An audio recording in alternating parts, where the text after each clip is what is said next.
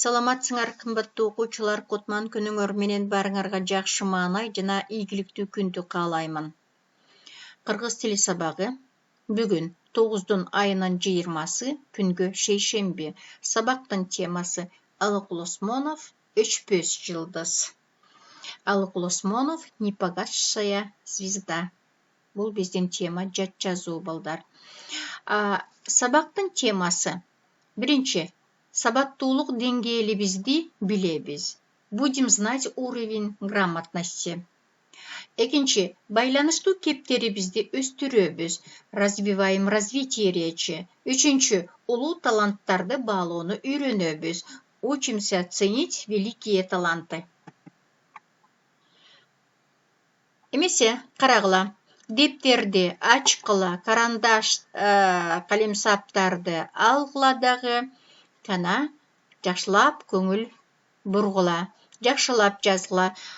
Бул диктант биздин бул чейректеги акыркы жат жазуу. Значит, этот диктант последний диктант балдар, первой четверти, да?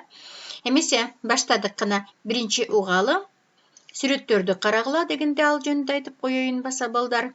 Алыкул Осмоновдун сүрөтү бул техникумда окугандагысы, андан кийин улуу жашындагысы. Анын китептери турат. Чыгармалар жыйнагы, сборник произведений и дагы банкнот 200 сом. Бул банкнотто кимдин элеси түшүрүлгөн экен? Алыкул Осмоновдун элеси түшүрүлгөн. Эмесе, кана уктук, даярбызбы? Мен биринчи окуймун, угуп тургула, андан кийин жаза баштайбыз. Алыкул Осмонов кыргыздын сыймыгы, классик акын. Ал акын, драматург, котормочу. Акын Жайыл районундагы Каптал Арык айылында жөнөкөй үй бүлөдө 1915 жылы туулган. Ата энесинен эрте ажырап, балдар үйүндө тарбияланган. Дүйнөлүк поэзиянын жылдыздары Байрон, Пушкин, Есенин, Лермонтов сыяктуу Осмоновда бул жарык дүйнөдө аз жашады, 35 жыл. Александр Сергеевич Пушкин орус элинин руханий дүйнөсүн ачып берсе, Алыкул Осмонов кыргыз элинин жан дүйнөсүн ачып берди. Улуу акындын ырлары, поэмалары башка элдердин тилдерине которулду. Ошондой эле ал Пушкиндин, Крыловдун, Шекспирдин, Руставелинин чыгармаларын кыргыз тилине которду. Акын 1950 жылы дүйнөдөн кайтты. Ал өлгөн жок, ал өчпөс жылдыз. Алыкул Осмоновдун экинчи өмүрү ал жазып кеткен чыгармаларында жашайт. Ал кыргыз элинин классик акыны. Уктукпу? Эмесе, алгыла калемсапты, баштайлы, абзац менен баштагыла. Начинаем красной строке. Уккыла биринчи, анан жазасыңар. Алыкул Осмонов кыргыздын сыймыгы, классик акын. Баштадык. Алыкул Осмонов, можно А. Осмонов балдар. Тире бар, бүтүр бар. Алыкул Осмонов кыргыздын сыймыгы, классик акын. Классик акын. Кыргыздын сыймыгы, классик акын. Кайталаймын. Алыкул Осмонов кыргыздын сыймыгы, классик акын. Чекит койдукпу? Ал акын, драматург, котормочу. Тире бар балдар. Ал акын, драматург, котормочу. Жаздыкпы? Ал акын, драматург, котормочу. Кызыл сызыктан красной строке. Акын Жайыл районундагы Каптал Арык айылында жөнөкөй үй бүлөдө 1915 жылы туулган. Энчилүү аттар бар. Район и село как пишется с большой буквой. Баштамга менен жазылат. Жаздык. Акын Жайыл районундагы Жайыл районундағы Каптал-Арык айылында. Каптал-Арык айылында. Жөнөкөй үй бүлөдө. Жөнөкөй үй бүлөдө. Жөнөкөй үй бүлөдө. 1915 жылы, в 1915 году, 1915 жылы туылған.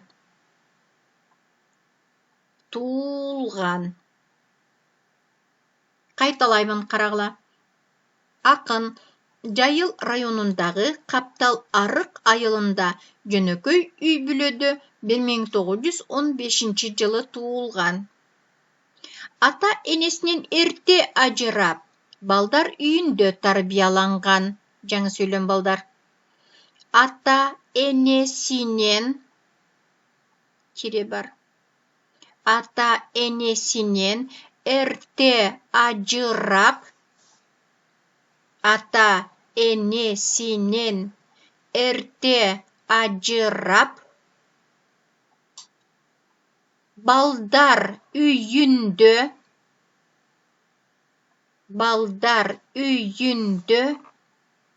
тарбияланған. Балдар үйінде тарбияланған. Қайталайым сөйлемді. Ата энесінен ерте ажырап, балдар үйінде тарбияланған. Жаздық па? Дүйнөлүк поэзияның жылдыздары Байрон, Пушкин, Есенин, Лермонтов сияқты Осмонов да бұл жарық дүйнөдө аз жашады. 35 жыл. Жаздық, балдар. Қош чекит бар, двоеточие есть. И однородные член предложениялар бар. Эмне белги коюлат, билесиңер. Эмесе. Дүйнөлүк баштадык. Дүйнөлүк поэзияның жылдыздары. Дүйнөлүк поэзияның жылдыздары. Двоеточие, балдар. Дүйнөлүк поэзияның жылдыздары. Байрон.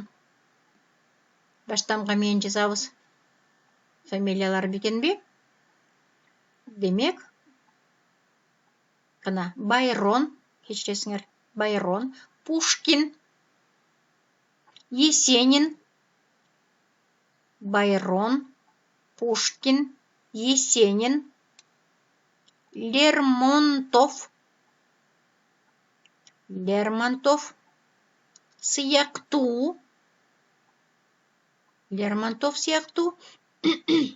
Осмонов да бұл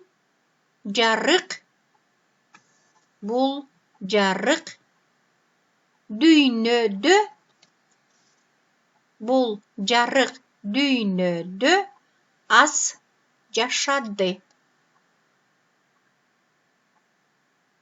дүйнөдө аз жашады. Үтір, запятая. 35 жыл. 35 лет. 35 жыл. Чекет қойдық. Қайталаймын, қарағыла.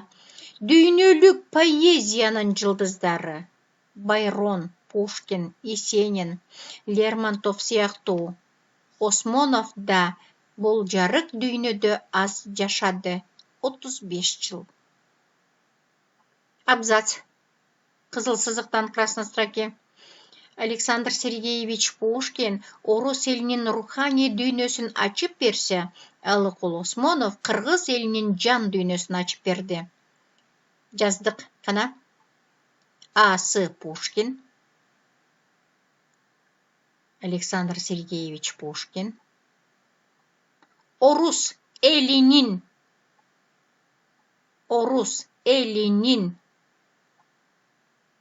рухани Рухани балдар.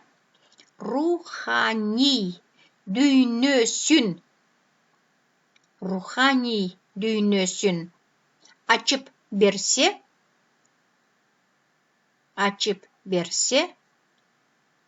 A. Osmonov, Alıkul Osmonov balдар. Alıkul Osmonov Kırgız elinin can düynösün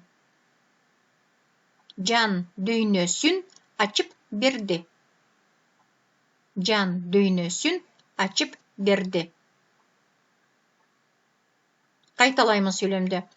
Александр Сергеевич Пушкин орус элинин рухани дүйнөсүн ачып берсе, Alıkul Osmonov Kırgız elinin can düynösүн açıp berdi. Çekit koyduk. Ulu akındın ıрлары, поэмалар başka ellerдің tillerine kotoruldu. Жаздық. Ulu akındın ıрлары, poemaları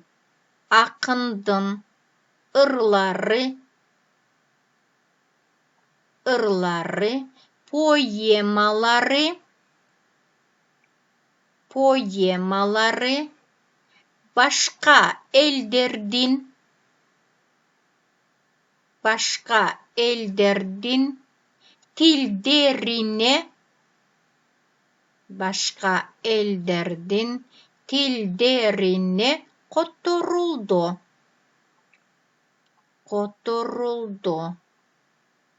Çekit. Qaytalayman balдар. Ulu akındın ıрлары, poemaları başka ellerдің tillerine kotoruldu. Çekit koyduk. Bu жаңы сөйлем.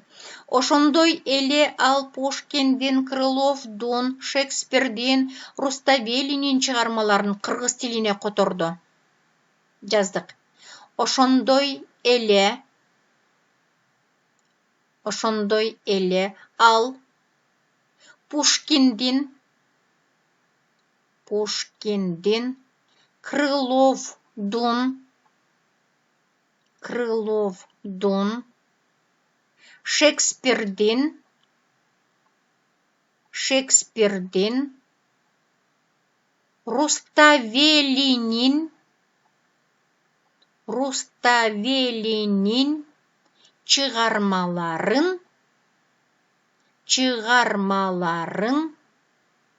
Шекспирдин, Руставелинин чыгармаларын кыргыз тилине которду. Qaytalayım. Ошондой эле ал Пушкиндин, Крыловдун, Шекспирдин, Руставелинин чыгармаларын кыргыз тилине которду. Кызыл сызыктан абзац красной строки. Акын 1953 дүйнөдөн кайтты. Значит, он умер когда? В 1950 году. Жаздык. Акын 1953 цифрамен жазыла 1950 деп. Акын 1953 жылы дүйнөдөн кайтты.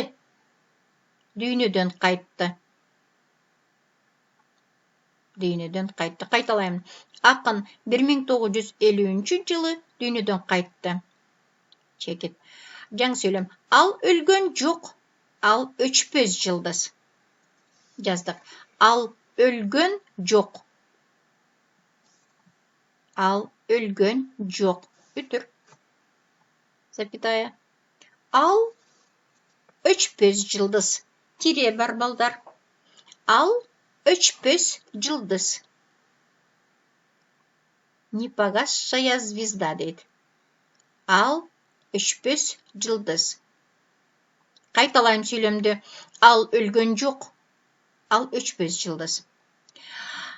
Alıkul Osmonov'тың екінші өмірі ал жазып кеткен шығармаларында жашайды. Жаздық. Жаңы сөйлем. A. Osmonov'тың екінші өмірі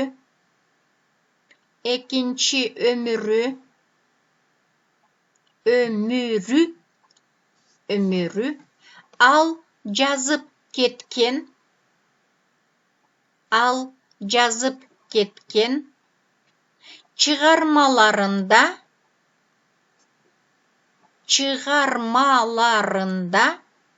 жашайды. Шығармаларында жашайды. Қайталайын балдар. Алыкул Осмоновтың екінші өмірі ал жазып кеткен шығармаларында жашайды. Чекет қойдық бұ? Ал қырғыз елінен классик ақыны. Жаздық. Ал, ақырғы сөйлем. Последнее предложение. Ал, тире қойғыла.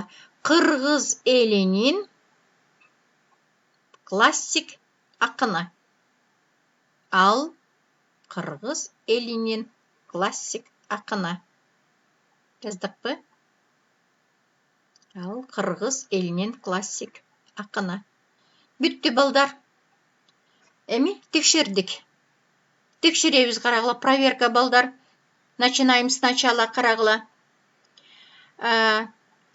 Мен оқоймын. Сілер жақшылап текшергілі. Алыкул Осмонов өчпөс жылдыз. Алыкул Осмонов қырғыздың сыймығы. Классик ақын. Ал ақын, драматург, котормочу. Ақын Жайыл районындағы Қаптал арық айылында жөнөкөй үй бүлөдө 1915 жылы туылған. Ата енесінен ерте ажырап, балдар үйінде тарбияланған.